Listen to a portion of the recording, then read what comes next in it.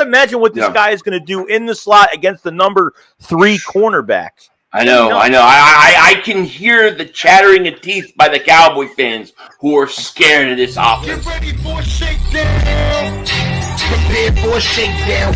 Philly where they clap like huddles when they break down. What is going on, everybody, and welcome to the Philly Shakedown clips. Because right now, me and Joey are not even home. We're out of town.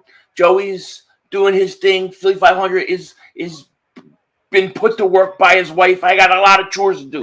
But Joey, I wanted to come together with you to talk about this offense because this is going to be a really interesting camp preseason. I mean, we've got a lot of battles at training camp, man, especially on the offensive side of the ball. And to me, the first position I kind of want to talk about is the wide receiver position because I think this is the most interesting. And what the most interesting part of it to me is really how the depth chart is going to look.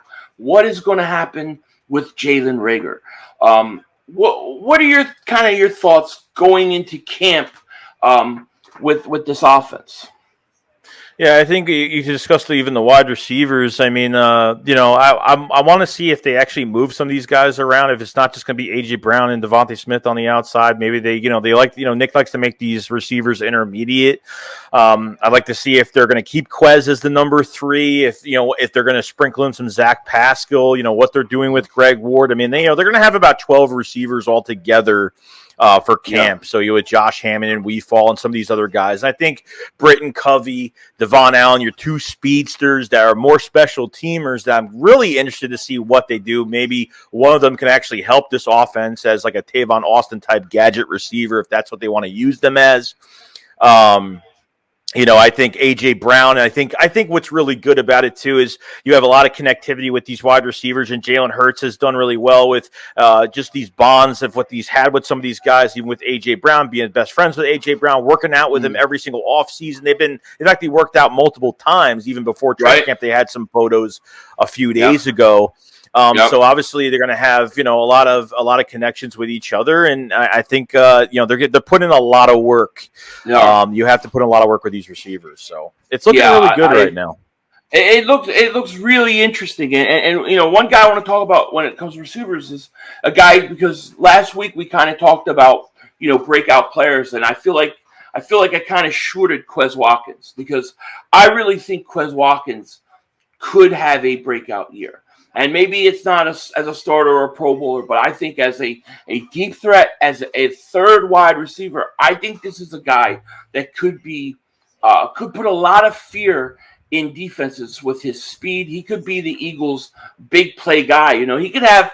I could see a situation where he has, maybe he has 50 catches, but he's got a lot of touchdowns because they go deep to him a lot, and he's playing the third corner or slot corner. But I want to know how they're going to use him.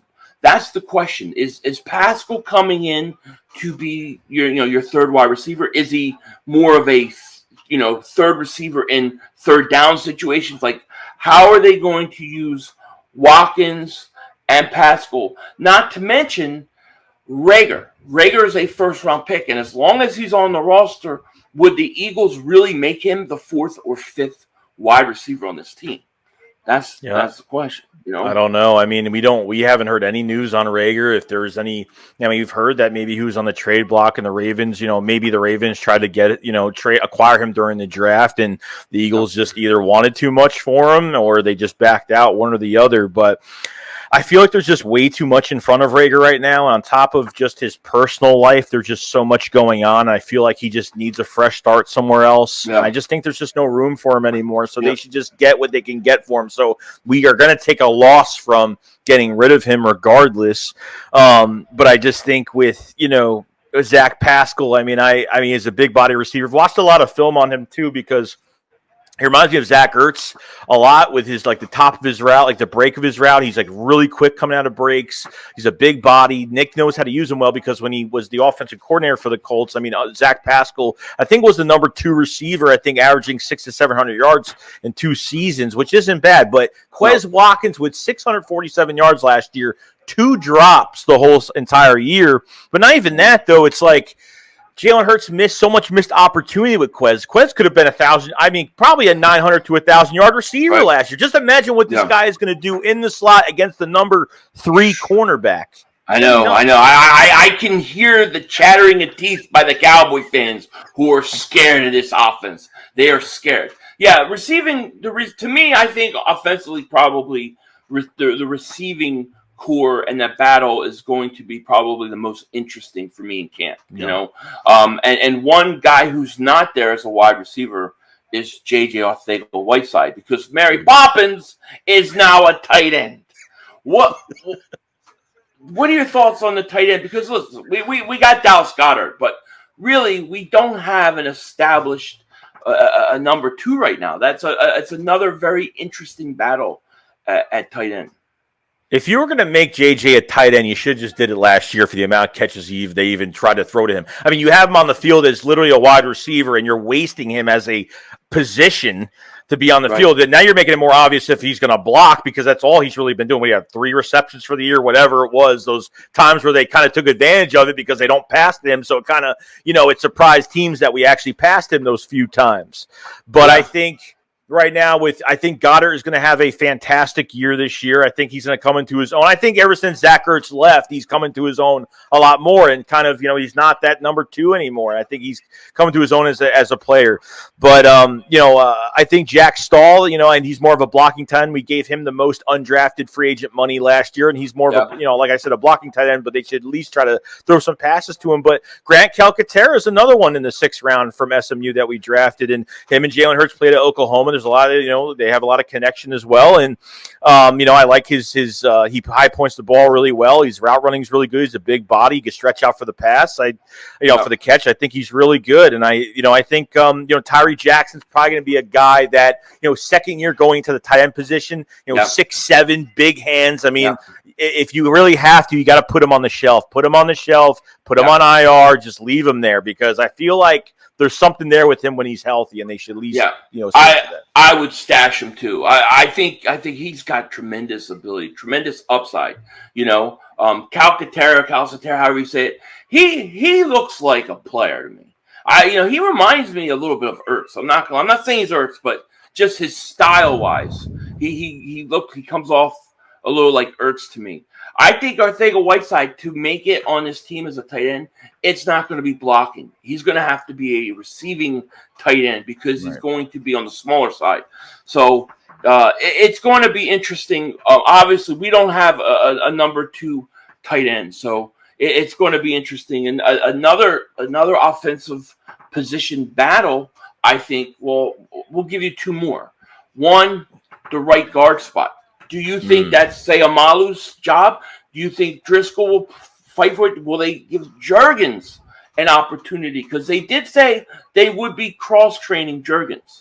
So what are your thoughts at right guard?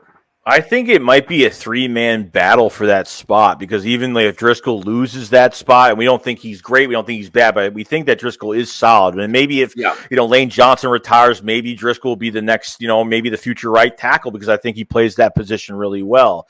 I think Samala, we all know his pass, his run blocking is really good. His pass protection has been a little suspect. So I feel like they're going to give him an opportunity to start. I think they will make him the starter and give him that opportunity during camp to at least try and take that spot. But I think they want Cam Juergens to get his feet wet a little bit, because there are rumors out there that he will be playing center and guard. So there's going to be plenty of training camp, plenty of, preseason. We're going to see him in multiple, in both positions to play next to Kelsey as well. So it wouldn't be a bad idea to have Cam Juergens play this year. And let's not make it another Landon Dickerson thing where maybe he starts at right guard and works out, and then we have to draft another center, or I get a center next year. So. Hey, listen, if he's that dominating, if we're getting Landon Dickerson at right guard, I'm okay with it, dude. I'm okay with it. You know what I mean? Yeah.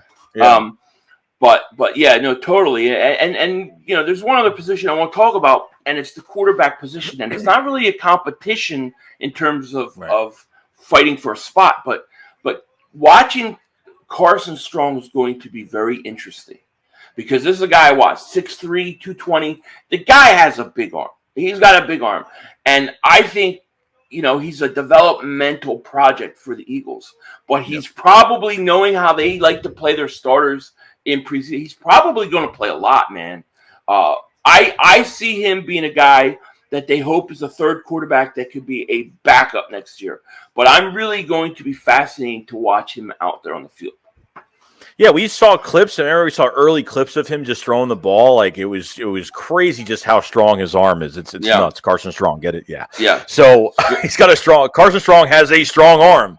Yeah. It really depends on, if they could turn him into like maybe a quality, when we had like kind of like Nate Sudfeld, like a quality, backup, because we don't know how long Gardner Minshew is going to have here. We don't know if a quarterback is going to go down beyond training camp or for the week 9 trade deadline. If the Eagles, maybe make an emergency trade and get rid of Minshew and make Carson Strong the backup. But with Carson Strong, he's got that old mentality.